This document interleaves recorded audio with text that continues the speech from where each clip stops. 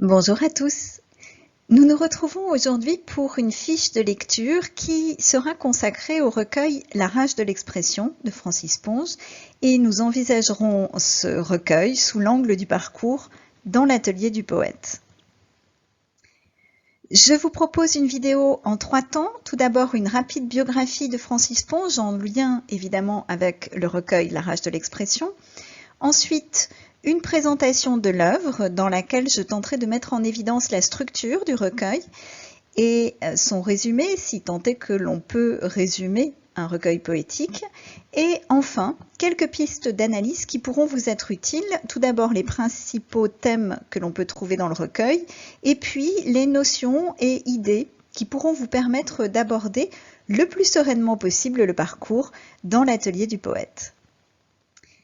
Nous commençons tout de suite par le poète, par Francis Ponge, avec une rapide présentation de celui-ci au travers de quelques éléments autobiographiques incontournables ou en lien avec l'œuvre étudiée. Francis Ponge est un jeune bourgeois de province. Il passe ses premières années à Avignon avant que sa famille n'aille s'installer à Caen. C'est un élève absolument brillant à l'écrit. Et pour vous donner un exemple, il va publier son premier roman à 16 ans alors qu'il est encore lycéen. Mais s'il est brillant à l'écrit, l'oral lui pose un vrai problème. Francis Ponge ne parvient pas à faire face aux épreuves orales et il échoue chaque fois qu'il doit se confronter à une épreuve orale. Notamment, il va échouer en licence de philosophie pour être resté absolument muet durant toute l'épreuve orale. Et il va également rater l'entrée à l'école normale en 1920. Tous ces échecs, aussi difficiles soient-ils, forgent peu à peu, sans doute, le poète qu'il deviendra. C'est une hypothèse, bien sûr, mais cette difficulté à l'oral explique peut-être que Francis Ponge devient un homme de l'écrit, un homme pour lequel les mots ont une force et un poids particuliers. Parce qu'il a échoué à l'examen d'entrée de l'école normale, Francis Ponge va travailler dès 1920, en particulier dans des maisons d'édition. Une maison d'édition qui est Gallimard, que vous connaissez sans doute, et puis les messageries Hachette. Se révèle alors un autre aspect du poète qui se retrouvera dans le recueil La rage de l'expression, et cet aspect, c'est la force de son engagement. Francis Ponge, dès son plus jeune âge, est un homme qui s'intéresse à la politique, au syndicalisme. Il est adhérent au Parti socialiste, au Parti communiste, il va être responsable syndical. D'ailleurs, c'est ce qui mènera à son licenciement des messageries Hachette après qu'il a organisé une grève et occupé les locaux. Tout naturellement, cet engagement très fort du poète va se manifester durant la Seconde Guerre mondiale, et il va entrer en résistance. Il va être agent de liaison pour la zone sud. Cet engagement pour la lutte, pour la défense d'autres que soi, on peut le retrouver dans le titre même du recueil étudié. La rage de l'expression, la rage étant ici à entendre comme un mouvement de colère, de violence dirigé contre quelque chose. Le dernier élément que nous retiendrons dans cette très courte biographie, c'est évidemment l'amour de Francis Ponge pour les mots. Tout au long de sa vie, Francis Ponge est un poète à la recherche de la langue juste. Il n'a de cesse de dire et de redire sa volonté de dire les choses au plus juste, de trouver le mot précis, exact, adéquat pour nommer ce qu'il évoque, ce dont il parle. Cet amour des mots, c'est bien sûr à mettre en lien avec sa difficulté à l'oral, parce que chercher le mot juste, la juste façon de dire demande du temps, et c'est un temps que l'oral n'offre pas, mais que l'écrit, bien sûr, offre. Francis Ponge travaille la langue comme il travaillerait la glaise s'il était sculpteur ou les couleurs s'il était peintre. Il les utilise, il les déforme, il les regarde, il les mélange, il les rapproche. Il va créer d'ailleurs des rapprochements surprenants qui font qu'on évoque souvent le surréalisme quand on parle de lui. Dans La rage de l'expression, nous trouvons de nombreuses traces de cette volonté de l'expression la plus juste et évidemment, nous y reviendrons dans la troisième partie de cette vidéo. La biographie de Ponge étant rapidement tracée, nous allons maintenant dire quelques mots de l'œuvre et la résumer autant que faire se peut. La rage de l'expression, c'est un recueil qui est publié en 1952, mais qui reprend des textes composés bien avant cette publication.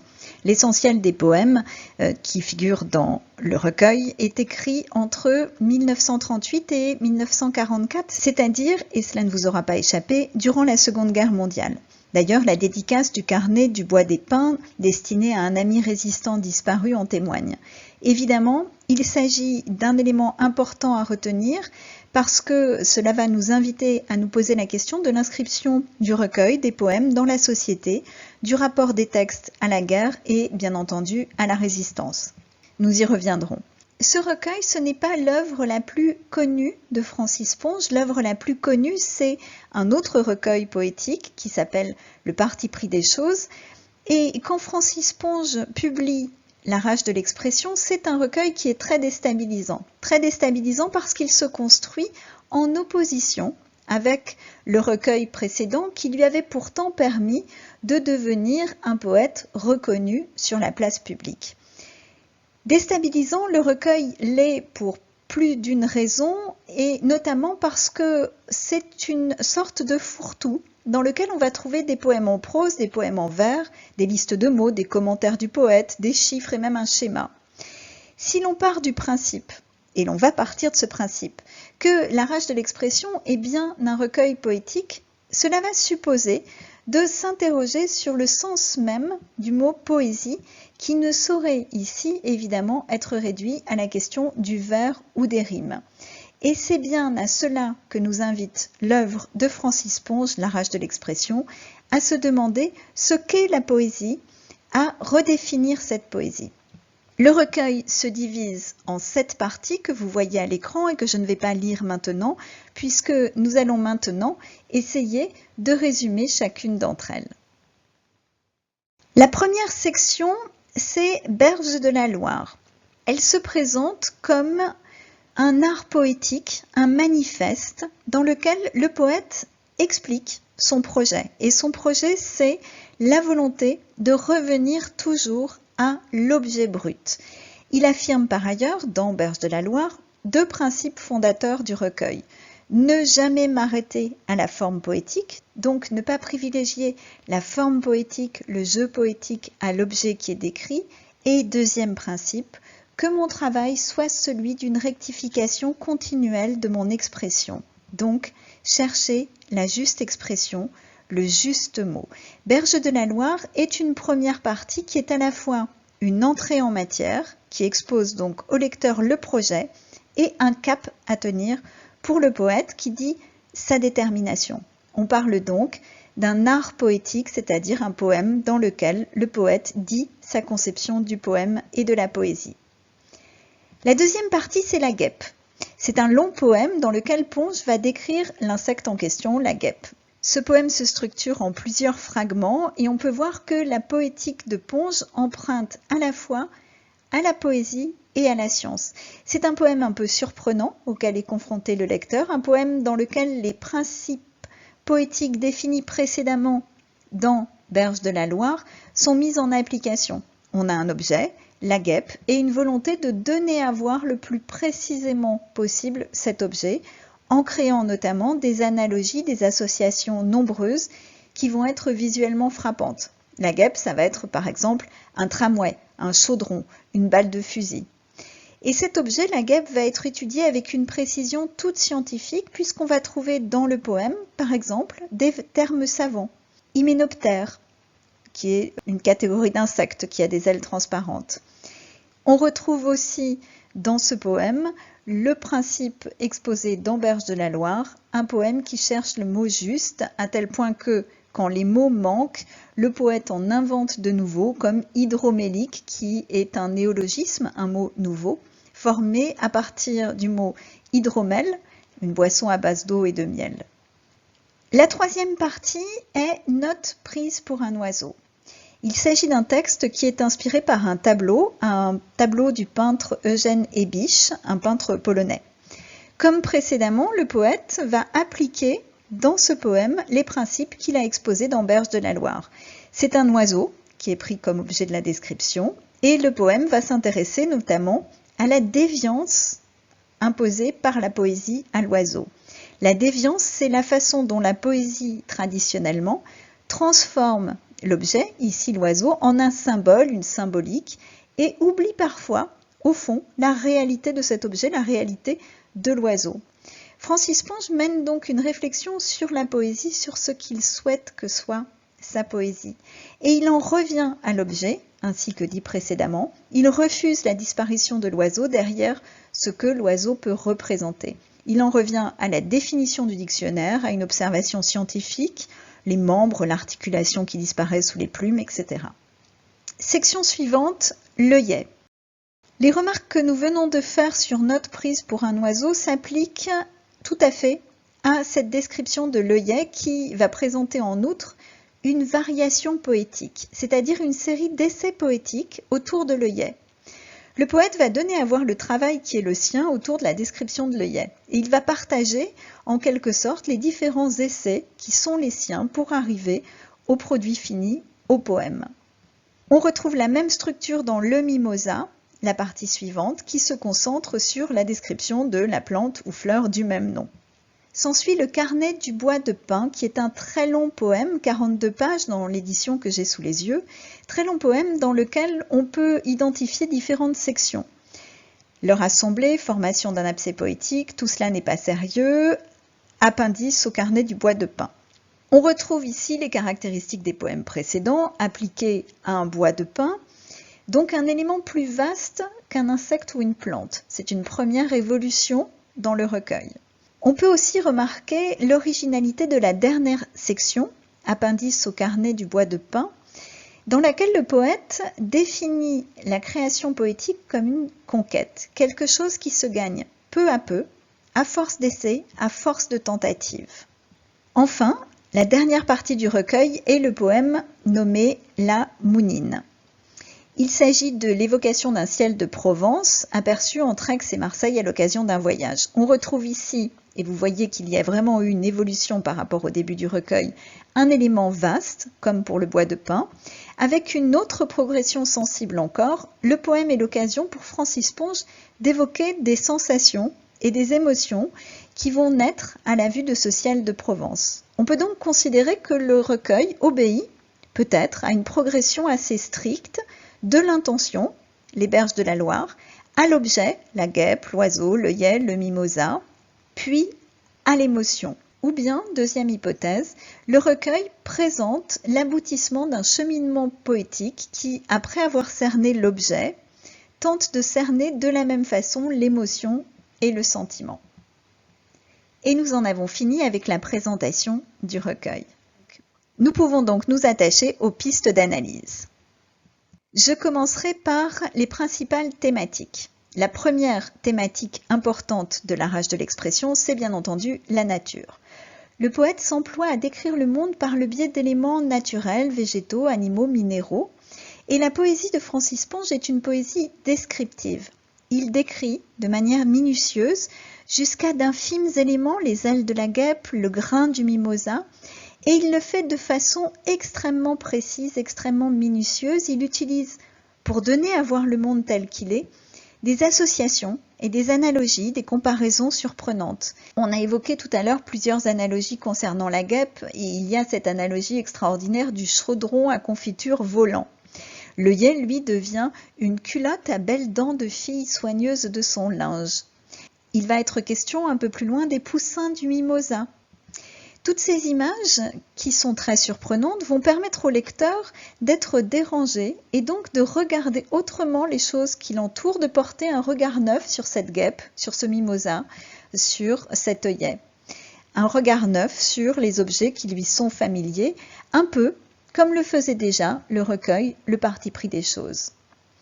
Cette poésie, qui va décrire les éléments du monde naturel, va aussi essayer de les comprendre, de comprendre le fonctionnement de la nature, comme Ponge le fait par exemple avec l'oiseau dont il évoque le squelette et les mouvements, l'amplitude qui est nécessaire au vol.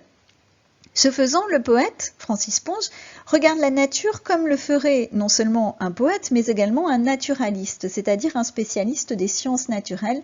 Et c'est bien une des caractéristiques de la façon dont la poésie de Ponge envisage la nature. Il écrit une poésie scientifique. D'ailleurs, dans La Mounine, Francis Ponge dit qu'il se, je cite, veut moins poète que savant. Et il va avoir des attitudes, des manières de scientifique. Il a recours à des dictionnaires, notamment le Littré, le Larousse. Il consulte une encyclopédie. Il emploie des mots extrêmement spécifiques. Hyménoptère, avons-nous dit tout à l'heure, le bréchet de l'oiseau. Et la poésie de Francis Ponge, ça va devenir une poésie à base de science. En faisant cela, en créant cette poésie qui s'attache au monde réel, tel qu'il est, tel qu'il fonctionne, en voulant donner à voir ce qui existe et non pas ce que l'on ressent ou ce que l'on vit, Francis Ponge va créer une œuvre qui s'oppose à la poésie traditionnelle, notamment au romantisme ou du moins à l'épanchement du moi et à la mise en valeur du je lyrique que suppose le romantisme. Pour qui, je vous le rappelle, la poésie c'est avant tout l'expression d'une sensibilité. Et je veux pour preuve de ce rejet du je lyrique, ce passage du mimosa où après avoir exposé ce que cette plante représente pour lui, Francis Ponge commente de façon assez lucide tout ce préambule qui pourrait être encore longuement poursuivi, devrait être intitulé « Le mimosa et moi ». Mais c'est au mimosa lui-même, douce illusion, qu'il faut maintenant en venir, si l'on veut au mimosa sans moi. Et vous voyez avec cette citation le rejet de l'expression de soi et de l'utilisation en poésie du monde comme un prétexte à parler de soi. En même temps, l'expression douce illusion dit bien la difficulté du projet que se donne Francis Ponge. Il va donc redonner aux choses, aux objets, leur place dans le monde et de ce fait effacer un petit peu la présence humaine, ou plutôt il va remettre l'homme à sa place juste, un élément parmi d'autres, un objet parmi d'autres. Et sans doute faut-il voir dans cet intérêt pour les éléments naturels une volonté de donner la parole à ce ou à ceux qui est ou qui sont ordinairement silencieux. En d'autres termes, on peut émettre l'hypothèse que cette volonté de donner la parole aux objets silencieux, aux objets que l'on ne voit pas ou que l'on ne voit plus, on peut le mettre en lien avec l'engagement politique syndical résistant de Francis Ponge. Deuxième trait de caractère de la poésie de La rage de l'expression, c'est l'humour. Les exemples ne manquent pas. Les oiseaux deviennent, sous la plume de Ponge, des mignons crasseux et pouilleux.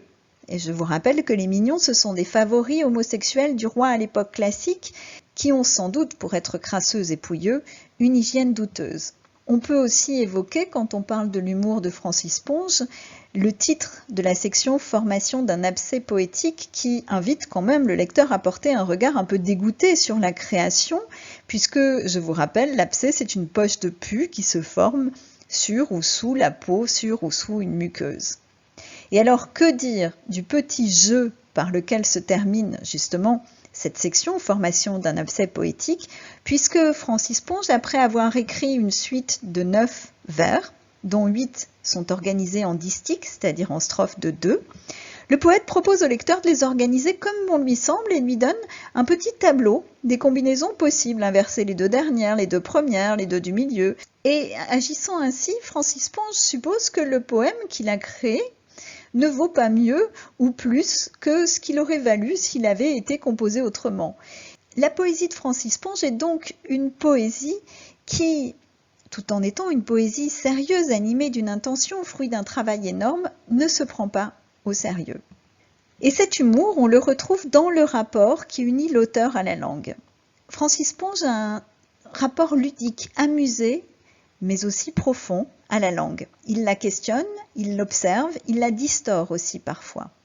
Il aime la langue et il la manie à la manière d'un matériau qui est sans cesse évalué, soupesé, observé.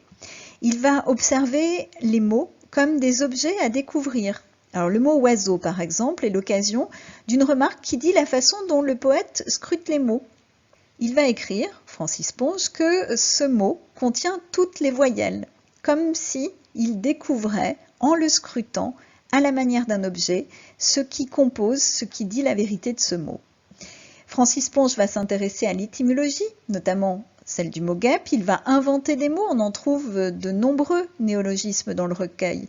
Alors pour n'en citer que quelques-uns, extirpeur, viandeux, ultra critique, musculé. Et puis Francis Ponge va questionner l'arbitraire de la langue, c'est-à-dire le fait qu'un mot ne désigne un objet que de façon arbitraire, sans vraie raison. Pourquoi appelle-t-on un oiseau un oiseau? Et Ponge mène cette réflexion lorsqu'il se demande si l'oiseau ne mériterait pas de s'appeler plutôt Wallo avec un L à la place du S pour rappeler les ailes qui sont les siennes. Ou bien encore si l'oiseau ne devrait pas plutôt s'appeler Wavo, parce que le V rappelle par son dessin les ailes déployées. Derrière le jeu qu'il y a avec la langue, il y a aussi ici la question de l'utilité de la langue. La langue, c'est ce qui va permettre de nommer, donc de penser les choses, de les partager, de s'en saisir, mais aussi la limite de la langue, puisque la langue met à distance, crée une distance entre l'objet et la pensée. Et Francis Ponge scrute la langue parce qu'il est en recherche sans cesse du mot juste, ce qui l'amène, on l'a dit, à consulter régulièrement des dictionnaires. Et on a un bel exemple dans Notes prises pour un oiseau où il dresse la liste des mots à rechercher. Ou bien il va rejeter un mot qu'il vient d'utiliser. Dans la mounine, par exemple, il va écrire une atmosphère si pesante, et puis entre parenthèses, ce n'est pas le mot. La rage de l'expression, c'est donc le recueil d'un poète qui aime la langue et s'intéresse à la langue. Et c'est aussi une poésie métapoétique ou métatextuelle, c'est-à-dire une poésie qui réfléchit à elle-même, à ce que doit être la poésie.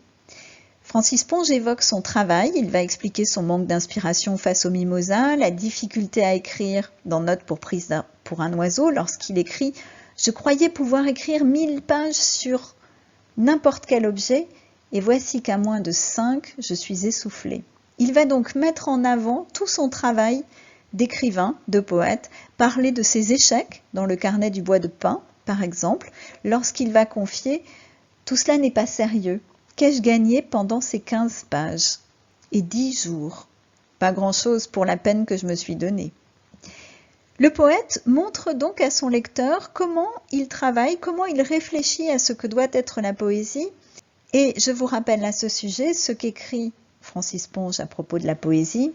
« Je tiens en tout cas que chaque écrivain digne de ce nom doit écrire contre tout ce qui a été écrit jusqu'à lui. Doit dans le sens de est forcé de, est obligé à, contre toutes les règles existantes notamment. » La poésie, pour Francis Ponge, est donc une exploration de la nouveauté. Voilà pour les principales thématiques de l'œuvre. Nous pouvons donc nous intéresser au parcours dans l'atelier du poète et à la façon dont l'œuvre s'inscrit dans celui-ci. Nous allons commencer par nous questionner sur l'intitulé de ce parcours dans l'atelier du poète. Et je vous propose en fait de faire à la façon de Ponge, c'est-à-dire d'interroger les mots. Tout d'abord, il y a la préposition « dans » qui va indiquer la position de quelque chose qui est contenu à l'intérieur de quelque chose d'autre. Cette préposition, elle va inviter à considérer la rage de l'expression comme un espace à l'intérieur duquel le lecteur est invité, à l'intérieur desquels le poète se trouve. Cet espace, il va être défini par le groupe nominal « l'atelier ». Un atelier, si l'on s'en tient à la définition du dictionnaire, c'est un lieu dans lequel travaille un artiste, un artisan ou des ouvriers. L'artiste, bien évidemment, c'est le poète, celui qui crée à partir des mots.